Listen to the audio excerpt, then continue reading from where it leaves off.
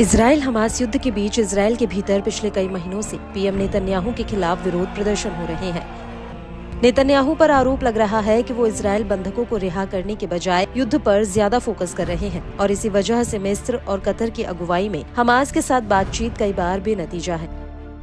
और इस बार भी मिस्र में जब बंधकों की रिहाई की कवायद चल रही है तो उसमें भी नेतन्याहू ने फिलाडेल्फी में इजरायली सैनिकों की मौजूदगी की शर्त जोड़कर एक बार फिर बातचीत को बेपटरी कर दिया, जिसको लेकर नेतन्याहू और गैलेंट के बीच तीखी बहस देखने को मिली।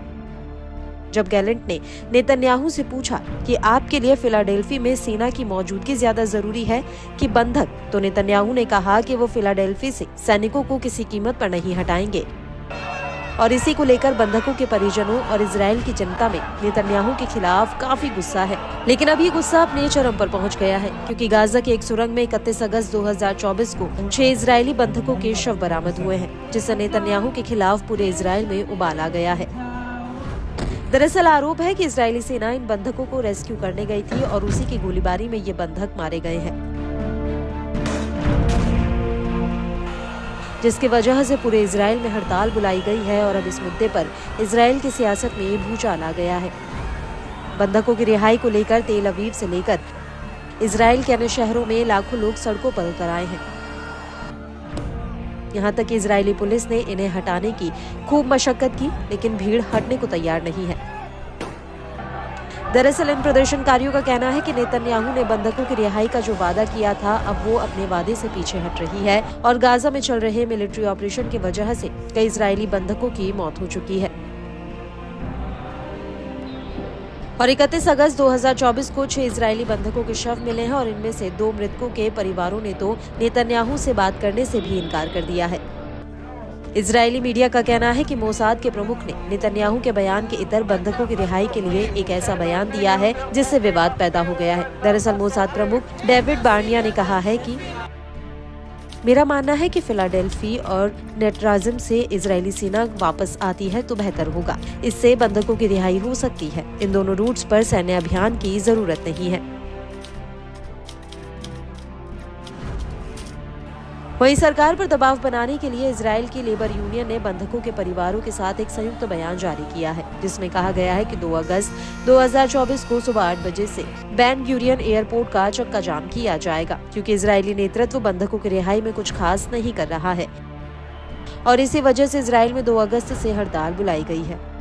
वहीं इजरायली वॉर कैबिनेट के सदस्य रहे और इजराइल की विपक्षी पार्टी के मुखिया यार लैपिड ने भी संगठनों, कर्मचारियों और स्थानीय निकायों से इजराइल के भीतर इजरायली अर्थव्यवस्था को बाधित करने का आह्वान किया है। लैपिड ने इजरायली संसद के स्पीकर से आपातकालीन बैठक बुलाने की भी मांग की है, जिससे गाजा को लेकर एक समझौते पर पहुंचा जा सके।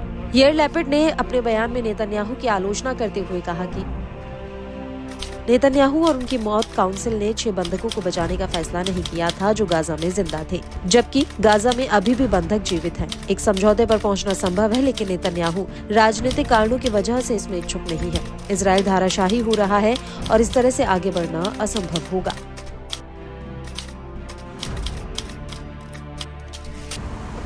आपको बता दें कि यार लैपिड इकलौते ऐसे नेता नहीं है जिन्होंने नेतन्याहू के खिलाफ मोर्चा खोल दिया है, बल्कि इजराइल के रक्षा मंत्री ने भी अब नेतन्याहू के खिलाफ बगावत कर दी है। इजराइल में बढ़ते प्रदर्शनों को देखते हुए रक्षा मंत्री योव गैलेंट ने कहा है कि यदि हम बंधकों को जिंदा रखना चाहते हैं तो हमारे पास वक्त नहीं है। फिलाडेल्फी को लेकर कैबिनेट के फैसले को रद्द करना होगा। गैलेंट के इस बयान पर नेतन्याहू ने पलटवार किया है। इजरायली पीएमओ ने एक बयान में कहा है कि गैलेंट अपना दिमाग खो चुके हैं। वो सरकार के खिलाफ इजराइल की सड़कों पर विरोध प्रदर्शन की आग को और ज्यादा भड़काने की कोशिश कर रहे हैं। आपको बता दें कि अगस्त के आखिरी हफ्ते में इजरायली कैबिनेट ने प्रस्ताव पास किया था कि गाजा को लेकर भविष्य में जो भी युद्ध विराम समझौता हो, उसके बावजूद इजरायली फौज फिलाडेल्फी कॉरिडोर में मौजूद रहेगी। हालांकि इस प्रस्ताव पर गैलेंट ने विरोध में वोट किया था। गैलेंट ने कैबिनेट से इस प्रस्ताव पर पुनः विचार और उसे वापस लेने की मांग की थी, लेकिन उनकी बात नहीं सुनी गई। बड़ी बात यह है कि गैलेंट नेतन्याहू की कैबिनेट में ज्यादातर इजरायली सेना और सुरक्षा अधिकारियों का प्रतिनिधित्व करते हैं और जिस कॉरिडोर पर IDF को बनाए रखने का प्रस्ताव पास हुआ है वो इजराइल के नियंत्रण वाले करेम अबू सलेम क्रॉसिंग से गाजा और मिस्र के बीच राफाह क्रॉसिंग से गुजरते हुए राफाह के तट तक फैला हुआ है। और मई 2024 में जब IDF ने राफाह पर हमला किया था तो उस वक्त इस कॉरिडोर पर IDF ने नियंत्रण हासिल कर लिया था। और इस कॉरिडोर को लेकर नेतन्याहू और इजरायली अधिकारियों का दावा है कि इस कॉरिडोर पर कब्जे से इजराइल की सुरक्षा मजबूत रहेगी, जबकि हमास चाहता है कि IDF इस कॉरिडोर को खाली कर दे। hours on the morning.